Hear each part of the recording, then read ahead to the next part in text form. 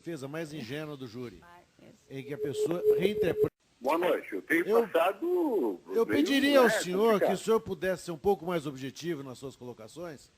Porque, mais na verdade, sim, porque, na verdade, o senhor está dizendo... Se o senhor me permitir falar, talvez o senhor consiga me entender. Pois não? Se um falar em cima do outro, dificilmente nós nos entenderemos. Alô? O senhor me dá 30 segundos para me ouvir, ou 15? Pois não, contigo. Muito obrigado. Muito obrigado. É muito fácil a gente juntar coisas que são verdadeiras e misturá-las a outras e chegar a conclusões falsas. O senhor sabe na medicina muito bem, muito melhor do que eu sobre isso. O senhor, na hora que o senhor lança a mão de uma estatística do Ministério da Saúde sobre quedas acidentais de crianças, o senhor chega a imaginar que essas quedas acidentais de crianças tenham ocorrido na forma como aconteceu essa queda, com os detalhes que esta queda tinha no seu antecedente, que os instrumentos utilizados para efetuar o corte, que o senhor sustenta ter havido, foram meticulosa e cuidadosamente guardados por uma criança de 5 anos de idade. O senhor tem ideia de que o senhor está dando a uma criança de 5 anos de idade a capacidade de ela gerir o seu destino da forma como ela geriu? Bom, o senhor não chega a um contrassenso para concluir outro? Alô? Pode falar, doutor Paulo. Paulo. O senhor leu o livro? O senhor leu o livro? Li o livro. Parte dele eu li. Li inteirinho não, porque... Bom, quase todo.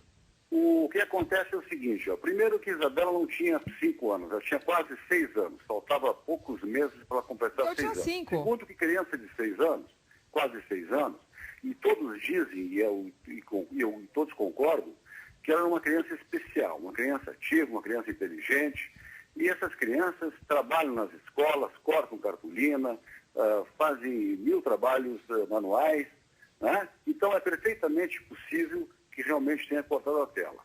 Mas o que eu quero... agora... Peraí, mas e aí depois guardou a tesoura?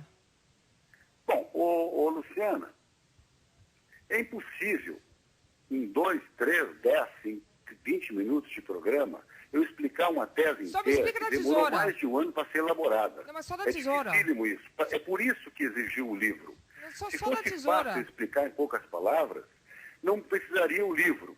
O livro surgiu justamente para contemplar a tese na sua integralidade, na sua plenitude. Doutor Paulo, mas só da tesoura. Cortou e depois fez o que com a tesoura? Mas outra coisa, a tesoura, criança também... A tesoura.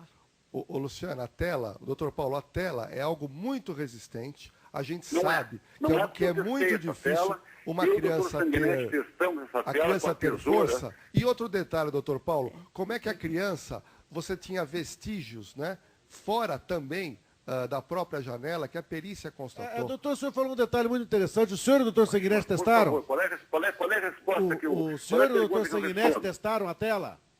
Como? O senhor e o doutor Sanguinetti testaram a tela? Ele foi no apartamento. Nós testamos a força necessária, que seria necessária para cortar a tela. O senhor e o doutor Sanguinetti, os dois juntos, doutor, por gentileza.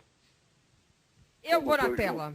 Eu não vou aguentar. Os dois juntos? Desculpa. Os dois contiguamente juntos. Contiguamente juntos? Doutor Sanguinetti foi contratado pela família Nardoni para fazer um laudo? Como assim? A contestar o laudo oficial ou não? Olha, esse detalhe eu não conheço, o contrato dele com a família Nardoni. O Brasil inteiro conhece. Doutora, pergunta objetiva. O senhor sabe ou não sabe desse detalhe? Não, como eu disse, eu não conheço o detalhe do contrato do doutor Sanguinetti com a família Nardoni. Estou sendo claro? Paulo, há poucos dias, eu sou a June Megre, você já conhece. Tudo bem, doutora June. Tudo bem, como é que vai, Paulo? Por e-mail. Isso. Então, há pouco tempo eu tentei cortar uma rede da minha casa, até porque precisava, e realmente eu precisei chamar o meu zelador, porque não é uma tarefa fácil para qualquer mulher, e mais de uma mulher em casa, e nós não conseguimos, foi chamado o zelador. Você não é tão fácil assim, não. E quanto mais esticada estiver a rede, pior é. Oi? Esse caso é o típico caso que tem que ser olhado de uma distância adequada. Porque se nós olharmos com o microscópio um gramado nós imaginaremos que aquilo é uma selva. E não é. Esse caso tem que ser olhado na distância adequada. Se nós começamos a focar detalhes, pode dar uma impressão errada ao público ouvinte, a todos que estão ouvindo. Eu foquei esse caso de uma forma hologramática. Doutor Paulo, só um momentinho. Todos os ângulos do caso. Doutor Paulo, só um momentinho. E cheguei à conclusão que este caso seria único no mundo. Tá bom, doutor Paulo, o senhor sabia que no apartamento 62 do edifício London havia manchas de sangue que foram lavadas, que foram limpas, e também havia pingos de sangue que foram encontrados em cima do lençol daquela cama? O senhor sabia disso? Eu vi esses pingos. Como é que o senhor explica isso também? Não, e mais, porque olha, o senhor foi... Peraí, doutor Paulo, e mais, já para complementar aqui o que o doutor de segurança falou, é justamente o porquê do senhor ter tido acesso ao apartamento. Ah, mas essa história está contada, uma história longa. Eu comecei assim, isso começou há muito tempo atrás, e eu fui convidado para me juntar à equipe do doutor Sanguinetti. Quem convidou o senhor, doutor Paulo? Quem convidou o senhor? Quem me convidou foi o doutor Sanguinetti e os advogados iniciais. Não, foi o doutor Sanguinetti e os advogados, então. Agora está esclarecendo. Eu atuo como uma espécie de freelancer nesse caso. Freelancer? É isso, freelancer, exatamente isso. Freelancer. Entendi. Eu não sabia que esse tipo de crime tem freelancer. Eu sei que é freelancer. Eu não ganho nada, não recebo nada nesse caso aí. O que eu recebi de bom nesse caso é concluir que o caso não acabou. Que o caso não, realmente o caso não acabou, até porque não foram julgamento. Como é que não acabou mesmo? Se a gente não pode julgar. Peraí, mas eu deixo bem claro aqui que ninguém está acusando ninguém, até porque o julgamento não foi feito ainda. Eu não tenho esse poder e ninguém pode julgar, a não ser os júris, os jurados. Permitir, doutor, eu gostaria de voltar uma observação com o senhor, doutor. Doutor, com licença, eu gostaria de voltar uma observação com o senhor. Há 40 segundos atrás, nem tanto, o senhor disse que desconhecia completamente o relacionamento do doutor Sanguinetti com esse caso. O senhor afirma agora... O senhor disse isso, doutor. O senhor afirmou agora, nesse momento, que foi a convite do doutor Sanguinetti dos advogados. Doutor, o senhor conhece um pouco de ética médica? O senhor se lembra do juramento que o senhor fez, doutor?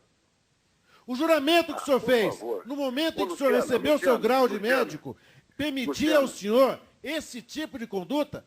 De agir, de chegar aqui e dizer que foi como freelancer, doutor. Luciana, por favor. Freelancer? Luciana. Sim, senhor. O caso é o seguinte. Doutor, o senhor é patético. Esse caso de uma forma passional. O que eu trago são dados técnicos, dados científicos, dados técnicos. A passionalidade está atrapalhando a resolução deste caso. Eu não tenho a menor dúvida disso. Não, doutor. O que está atrapalhando a solução desse caso é a desonestidade, o oportunismo e o espírito de urubus abutres que estão sugando a dignidade, a honra da família. E é por isso que a família da Isabela está impetrando uma ação para que esse livro seja reconhecido. Você me perdoa, eu sei que eu me excedi um pouco, mas eu fico assim... Não, peraí, deixa eu até traduzir o que você falou. São 25 anos ouvindo esse tipo de gente, chegando nesses momentos, nessas dificuldades familiares, dizendo isso que disse. São médicos, nós estamos ao lado de uma médica, eu sou irmão de médicos, tenho médicos na minha família, tenho médicos amigos meus. Não o reconheço como colega de quem está aqui do meu lado. É mais um oportunista. Se ele quiser me processar, ele fica à vontade. Mas ele é mais um oportunista.